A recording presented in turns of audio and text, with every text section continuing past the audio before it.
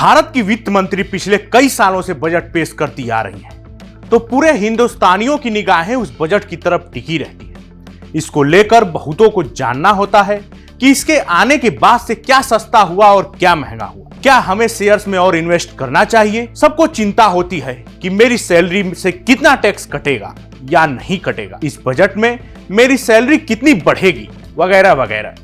इस पर इन हिंदुस्तानियों के अलावा भी इस बजट में कुछ चंद खास लोग भी होते हैं जो इस बजट को बहुत ध्यान से सुनते हैं, और वो कोई और नहीं बल्कि हमारे पड़ोसी देश के लोग और वहां के नेता होते हैं। क्योंकि हमारी नेबर फर्स्ट पॉलिसी के तहत खूब पैसा ऐड के रूप में इन मुल्कों को दिया जाता है। सैकड़ों करोड़ों से हजारों करोड़ों तक के ये पैसा हर साल भारत सरकार इन देशों को बांटती है। वहीं बात करें हम इसकी वजह की, तो अब इसकी कई वजहें सामने आती हैं कि हमारे आसपास पड़ोस में सब स्थिर रहे, शांत रहे। उसके अलावा भारत कई जगह स्ट्रेटेजिक इंटरेस्ट की वजह से भी पैसा लगाता है। जैसे हम ईरान के चाबहार पोर्ट में पैसा लगा रहे हैं। इस पोर्ट में हमने खूब पैसा लगाया। पिछले साल के बजट में तो हमने करीब 400 करोड़ अकेले इस पोर्ट के लिए रखा था, लेकिन पिछले साल सितंबर से ट्रंप ने इसको लेकर कह दिया कि आप यहां से बोरिया बिस्तर समेट कर निकल जाइए, हम आपको 6 महीने दे रहे हैं। हम ईरान से किसी को धंधा नहीं करने देंगे क्योंकि ये लोग बम बनाने पर आमादा हैं।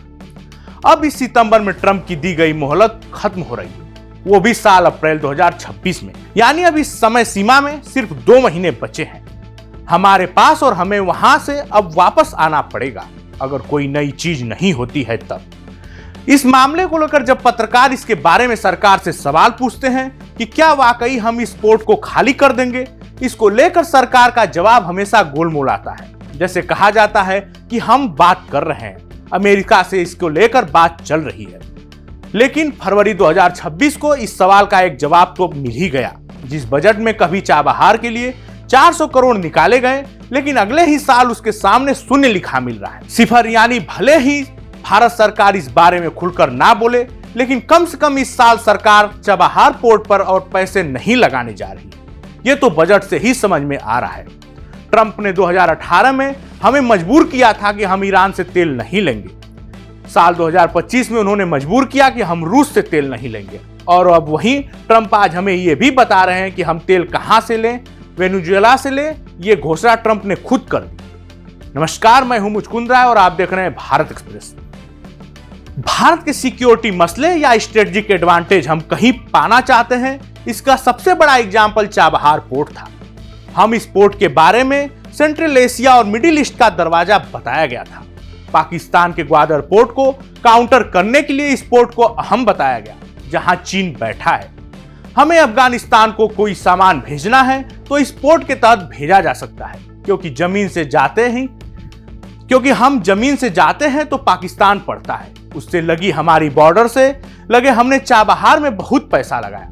साल 2024-25 के बजट में चाबहार के लिए भारत के बजट में करीब 400 करोड़ रुपए निकाले गए थे। वहीं साल 2025-26 में इससे 100 करोड़ रुपए दिया गया, फिर इसे बढ़ाकर दोबारा 400 करोड़ कर दिया गया। लेकिन अब साल 2026-27 के बजट में चाबहार के सामने सीधा शून्य लिखा है। यह शून्य एक अकाउंटिंग एंट्री नहीं है, बल्कि ये भारत की विदेश नीति में हो रहे एक बदलाव का संकेत भी है। इस शून्य का मतलब और इसके पीछे की राजनीति और इसके दूरगामी असर, ये सब समझना जरूरी है। ईरान के दक्षिण पूर्व के साथ साउथ ईस्ट में ओमान की खाड़ी के किनारे चाबहार भौगोलिक रूप से भारत के लिए एक सपना सा होने जैसा था। कराची और ग्वादर के ठीक सामने अगर ये पोर्ट पूरी तरह से ऑपरेशनल हो जाता तो भारत बिना पाकिस्तान की जमीन इस्तेमाल किए अफगानिस्तान तक सामान पहुंचा सकता था। अपनी जो फॉरेन पॉलिसी ऑब्जेक्टिव है, ये सेंट्रल एशिया में पूरे कर सकता था। यही वजह थी कि साल 2000 का जो दशक था, उसकी शुरुआत से ही भारत और ईरान के बीच चाबहार को लेकर बातचीत चलती रही। चाहे गवर्नमेंट किसी की रही हो, अटल बिहारी वाजपेयी की या मनमोहन सिंह की, उसके बाद नरेंद्र मोदी सरकार, तीनों ने चाबहार में बहुत इन्वेस्ट किया। इस मामले में असली मोड़ तब आता है जब साल 2015 में ईरान न्यूक्लियर डील हुई। उस वक्त भारत ने चाबहार पोर्ट को डेवलप करने का फैसला लिया और इसको तेजी से आगे बढ़ाया, क्योंकि माहौल अच्छा हो गया। 2016 में प्रधानमंत्री मोदी ईरान खुद गए, ट्राइटरल एग्रीमेंट हुआ, हिंदुस्तान, ईरान और अफगानिस्तान के बीच चाबहार को अफगानिस्तान की लाइफ लाइन की तरफ प्रोजेक्ट किया गया। भारत ने टर्मिनल ऑपरेट करने की जिम्मेदारी ले ली कि इसको बनने दीजिए, इसको ऑपरेट कैसे करना है हम बताएंगे। इंडिया में बहुत सारे पोर्ट्स हैं, इसमें बहुत सारे इंफ्रास्ट्रक्चर, कैंस, रेल कनेक्टिविटी सब कुछ प्लान में था। यहाँ जाहिदान तक रेलवे लाइन की भी बात चल रही थी। इसको लेकर मतलब साफ था कि भारत चाबहार को सिर्फ एक पोर्ट नहीं बल्कि लॉजिस्टिक कॉरिडोर की तरह देख रहा था। लेकिन साल 2018 में सब कुछ बदल गया जब अमेरिका की गद्दी पर ट्रंप आए। उनके आते ही ईरान न्यूक्लियर डील से अमेरिका को बाहर निकाला और इसके साथ ही ईरान पर कई सेंसर्स लगा दिए।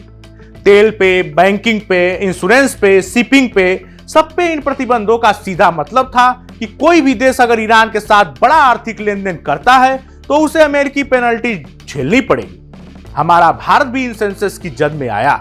भारत उस वक्त ईरान से बड़ा तेल खरीदने वाला देश था। ईरान से भारत को यह तेल लेना सस्ता पड़ता था।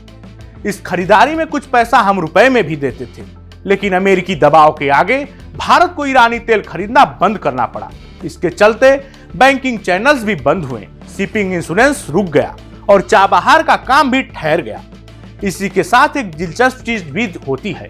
अमेरिका ने चाबहार पोर्ट को लेकर भारत को स्पेशल छूट दी थी जो अमेरिकी राष्ट्रपति जो बाइडेन के जमाने में मिली थी। वहीं इसको लेकर अगर हम बात करें तो इसके वजह की तो दुकानदार भी फ्री में आपको कुछ नहीं देता। उस समय अमेरिका खुद अफगानिस्तान में फंसा हुआ था और उसे वहां तक सप्लाई लाइंस चाहिए थी। पाकिस्तान का जो कराची पोर्ट है वो बहुत भरोसेमंद नहीं रह गया था।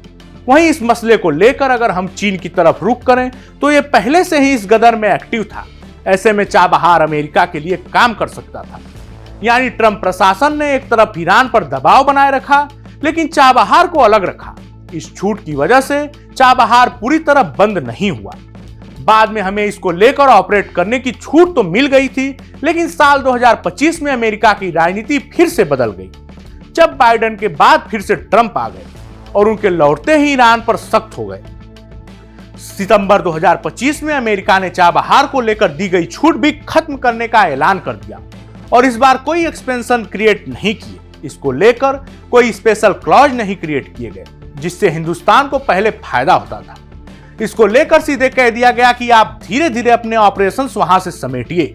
इसको लेकर आपको 6 महीने की मोहलत दी जाती है। यह भारत के लिए सीधा मैसेज था कि इनको अचानक झटका नहीं देंगे, लेकिन आपको काम तो बंद करना पड़ेगा। ये 6 महीने 26 अप्रैल 2026 को पूरे हो जाएंगे। इस फैसले के बाद भारत सरकार से बार बार सवाल पूछे गए कि क्या भारत वास्तव में चाबहार छोड़ देगा, क्या भारत ईरान से पीछे हट रहा है, लेकिन सरकार की तरफ से इसका जवाब अभी तक साफ नहीं हो पाया। इसको लेकर कहा गया कि अमेरिका से बातचीत चल रही है, भारत अपने हितों को देख रहा है। इसमें कहा गया कि यह स्थिति काफी जटिल है। वहीं इस पूरे मामले को लेकर सीधे तौर पर देखा जाए तो उसका जवाब इस बार के बजट में लोग खोज रहे हैं। साल 2026-27 के बजट में चाबहार बोर्ड के सामने शून्य लिख दिया गया। एक भी रुपया ना ही रेवेन्यू ना कैपिटल। ये सिर्फ पैसे की कटौती नहीं, एक पॉलिसी स्टेटमेंट की तरह से इसे देखा जा रहा है। अभी इस चीज को लेकर कि चाबहार का बजट क्यों जीरो है, इसको लेकर सरकार का पक्ष आना अभी बाकी है। लेकिन कम से कम ऑप्टिक्स तो ऐसी ही है कि जिस प्रोजेक्ट में आप बजट में उसके लिए जगह नहीं देख रहे हैं, उसका मतलब यही निकाला जाएगा कि आगे आप उसमें इंटरेस्ट नहीं लेंगे। यहीं से सवाल उपज रहा है कि क्या भारत ने चाबहार को वास्तव में छोड़ दिया। सरकारी भाषा में इसका जवाब अभी भी टाल मटोल वाला है, लेकिन ग्राउंड रियलिटी यह है कि बिना पैसे, बिना बैंकिंग चैनल्स और बिना अमेरिकी छूट के भारत चाबहार में कुछ काम नहीं कर पाएगा। अमेरिका के सेकेंडरी सेंसेस का रिस्क कोई भी सरकार या प्राइवेट कंपनी नहीं लेने वाली। इसका एक और पहलू भी है। चाबहार को भारत सिर्फ ईरान के लिए नहीं, अफगानिस्तान के लिए भी देखता था, लेकिन अफगानिस्तान में अब तालिबान है, यूएस वहां से निकल गया है। पश्चिमी देशों की दिलचस्पी अफवाह नहीं है। ऐसे में चाबहार का वो मुल्क तर्क पश्चिम की नजर में कमजोर पड़ गया, जिसके तहत अमेरिका ने छूट दी थी। इसको लेकर अब ईरान भी ये देख रहा है कि भारत कितना आगे जाएगा उसके लिए। खबरें इस तरह की भी आ रही हैं कि अब चीन चाबहार के आसपास जगह तलाश रहा है ताकि कोई नया प्रोजेक्ट शुरू किया जा सके। चीन को अमेरिका प्रतिबंधित कोई चिंता नहीं है। वो धड़ल्ले से ईरान से तेल लेता है, अमेरिकी आंख दिखाता है तो चुम्बक देना बंद कर देता है। वहीं वो रूस से भी तेल खरीद रहा है। ऐसे ही कई देशों से उसका धंधा चल रहा है, जिन पर अमेरिका ने तो प्रतिबंध लगाया है, क्योंकि वो खुलकर कहता है कि प्रतिबंध लगाना यूएन का काम है, यूएस का नहीं। भारत के लिए स्थिति असहज करने वाली है। एक तरफ अमेरिका के साथ स्ट्रेटेजिक पार्टनरशिप है, या तो हमारे दिमाग में, तो दूसरी तरफ ईरान के साथ टूटता हुआ कनेक्शन। भारत बीच में फंस रहा है, पर चाबहार अकेले आज चिंता का विषय नहीं है। ट्रंप के कहने पर ही हम यहां से पीछे हट रहे हैं। वहीं ईरान का तेल भी हमने उनके कहने पर लेना बंद किया था। उनके लिए टेन्योर में रूस का तेल भी हम ट्रंप के कहने पर नहीं ले रहे, यानी वो हमें बता रहे हैं कि तेल कहां से लेना है। भारत की तेल खरीद को लेकर ट्रंप ने कहा कि भारत अब वेनेजुएला से तेल खरीदेगा। ये घोषणा सीधे ट्रंप की तरफ से आई। जैसा हमने पहले बताया, ट्रंप ने ये जो जानकारी दी है, उसके पहले ही भारत के प्रधानमंत्री मोदी और वेनेजुएला की एक्टिंग प्रेसिडेंट से फोन पर बात हो चुकी थी। दोनों देशों के रिश्तों को मजबूत करने पर नोट्स एक्सचेंज हुए थे, लेकिन दोनों नेताओं ने पब्लिकली तेल खरीदने वाली बात का जिक्र नहीं किया। और ट्रंप का जो बयान आया, उससे हमको पता चला कि ये जो बातचीत हुई थी, उसका जो सबसे बड़ा एंगल था वो ऑयल खरीद ही है। अगर हम इस पूरे खबर को लेकर बात करें, तो इस बजट में चाबहार के आगे शून्य लिख दिया गया है। लोग इसको गलत न समझे, इसके लिए सच्चाई कुछ और है। इतने में ही एक दूसरे देश की राष्ट्रपति बताती है कि आपको तेल कहां से लेना है। इस खबर को लेकर आपकी क्या राय है, हमें कमेंट बॉक्स में जरूर शेयर करें।